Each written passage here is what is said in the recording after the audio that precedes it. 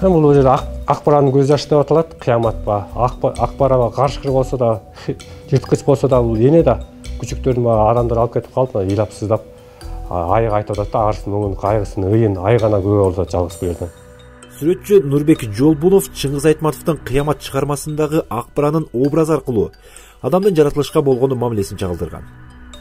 Сүткө толуп, сүт агып, илеп атат да, сыздап эмчеге коруп, айга карап айтып боздоп атат каршыкыр. Жолбунов мындай сүрөттөрү менен жаратылышка кара мүртөстүк кылгандардын аң сезимин оңдогусу келет. Кайбирендерди сактап, аларды бутка калган мергенчилердин иши тыйылса деген ойдо. Бул ойду ал Чыңгыз Айтматовдун дагы бир чыгармасы аркылуу бергенге аракет кылган. Эми бул жерде ак кеме деп аталат. Бул жерде адамдардын жаратылышка, табиятка болгон көз карашы, ошого жасаган мамилеси, бул жерде уламышта бугуну баласы жок кишилерге бала тартуулап, жашоо тартуулап, күн тартуулап, жакшылык кылып, элдерди сактап атса, элдердин уруусун сактап атса, төрөлүшүн сактап атса, биз адамдар ташпоо ушунча эки жүздүү ташпоо болобузбу? Адам бүгүнен жакшылыгын батыл өнүп калып, катан атып өлтүрүп атабыз да. Бул менен токойлорду өрттөбөйлү, жаратылышка жакшы мамиле кылалы, бир гармонияда бололу, кайбирендерди кырбайлы, таштарды, алтындарды баарын каспайлы, суулардын баарын үнөнөп колдонолу, мөңгүлөрдү эритпейли деген экологиялык темеде алып чыккан да бул максатын. Жолбунов бул сүрөттөрдүн маанисин улай эле тынчтыкты чагылдырган сүрөтүн да көрсөттү.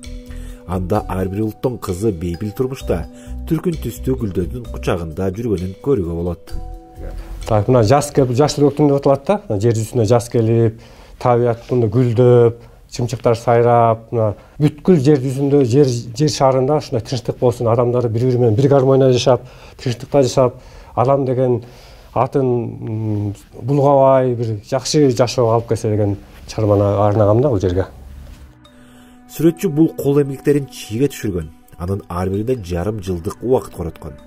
Кол эмгеги таасирдүү болуш үчүн ал талаадан чийтерип келүү, жүндү түстүү боекко боюп алуу иштерин да өзү жасаган. Андан соң сүрөт ааламына сүңгүп кирип, ар бир жакшы чыккан ишинен рахат алып турган.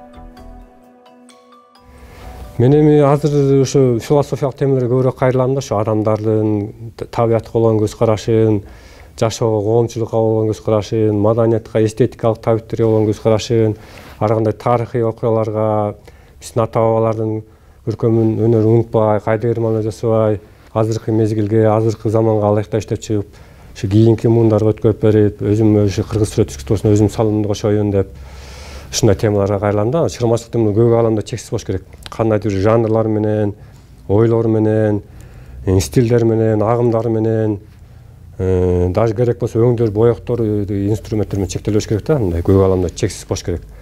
Жан дүйнөң эмнени кааласа ошону иштешиң керек да, ошондон жакшы чыгармалар жараткы деп ойлойм да. Жолбуновдун тынчтыкты чагылдырган жана жаратылышка айрым мамиле кылууга үндөгөн сүрөттөрү кийизге, ташка да түшүрүлгөн. Ал үчүн оңбогондой эмгек талап кылынган экен. Апаларды биздин эле апалардын технологиясы менен эле, бирок өзгөчөлүгү мен алар ой салса, мен сүрөт салып, легенданы, уламышты, тарыхты билдирип, бир ойду айтып, сүрөттөрдү салып берем. Анан балдарга, келиндерге тепкилетебиз, бастырабыз, анан ошондой даяр болот да. Бул ой менен чектелместен бир кандай философия, уламыш, тарых болуш керек да, бир сөз, ойду, драманы айтышың керек. Ташка, кийизге жана чийге түшүрүлгөн кол эмгектерден сырткары Жолбунов кагаз бетине да сүрөттөрдү катыра тартат. Ал өзү туулуп өскөн айылын, ата энесинин күндүк турмушун чагылдырган. Бул сүрөттөр жөнөкөй көрүнгөнү менен ар биринде өзүнчө ой толгоо жатат. Айылдагы жашоо, апам жана тооктор деп аталат. Тооктор дагы жем берген кишини тааныйт экен да. Апам кирсе чуркап барышат жантылашып. 52 жаштагы Нурбек Жолбунов Касым Тыныстанов атындагы Ысык көл мамлекеттик университетинин көркөм сүрөт факультетин аяктаган. Ошентсе да ал сүрөтчүлүктү тубаса талантым деп эсептейт. Ага бул кесип киреше алып келбейт деле. Анда-санда бирин серен кол эмгектерин сата коет. Ага өнөр-канасына керектүү боек сыяктуу буюмдарды сатып алат.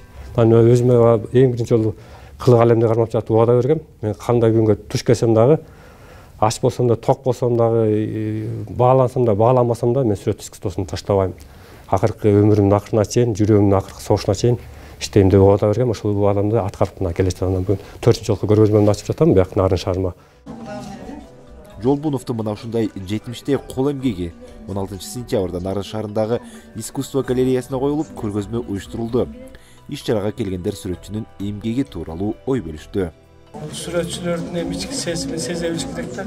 Муну чаңдаа кишилер сезбесе кой, чөнөкөй кишилер сезбейт. Бул жерде жасалган чий чырмалган чийлери, ошондо тартылган сүрөттөр, адамдардын, куштардын элестер берилиптир. Бул жерде кийиздери, шырдактарын караганда көзгө жөнөкөй көрүнөт, бирок карап келсе аябай татаал көп эмгектер жатат да. Жолбунов өзү туулуп өскөн Нарын районунун Куланак айылындагы тоо бетине сүрөт тартам деген дымагы бар.